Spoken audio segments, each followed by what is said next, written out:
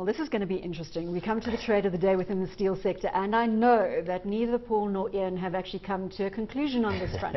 So, gentlemen, we're going to debate it in front of our audience this evening. Yes. Where are we going?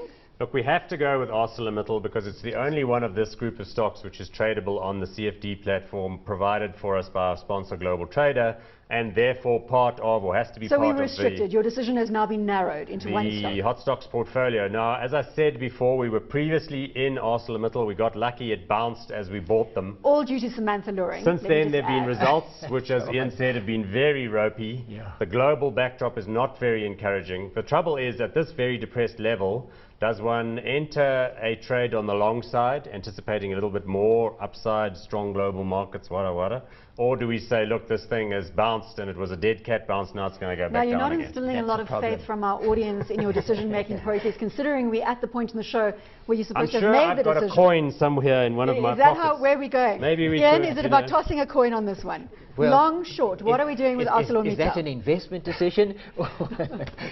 It's all gambling at the end of the day. But what we don't necessarily need to have a big, high conviction type of thing here. So we could enter a trade which has very narrow stops. Yes. So we could say, okay, listen, we're at 36, we think it could go to 40. Ian's saying yes, this is a good sign. You're starting to agree with him? We're getting closer to a decision. The same direction, at least. But I'm wondering what the catalyst... You've got about a minute to deliberate on it before you give What me... would the catalyst be for further share price movements? Because I've got a feeling that the reason in part we did well was it coincided with strong global markets.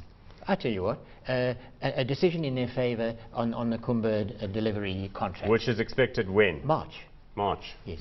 But so you could say, well, take a chance on that. The market would react very positively. I'll just wait for term. you to come to a conclusion. I'll just stand and I think here. but you know, a bull position, but with very short stops. Because if the decision is that they were prejudiced by the way that Kumba treated them and that they must get some sort of benefit, then I guess you could see some upside. Yeah. And I'm more inclined always to be long than short. So I think we're leaning now towards a long position, modest, with tight boundaries, so that if it falls down, in particular, if it starts going lower, we're kicked out. Does this sit well to you, leaning towards this position? Yes, as long as we've got that insurance policy. Yes.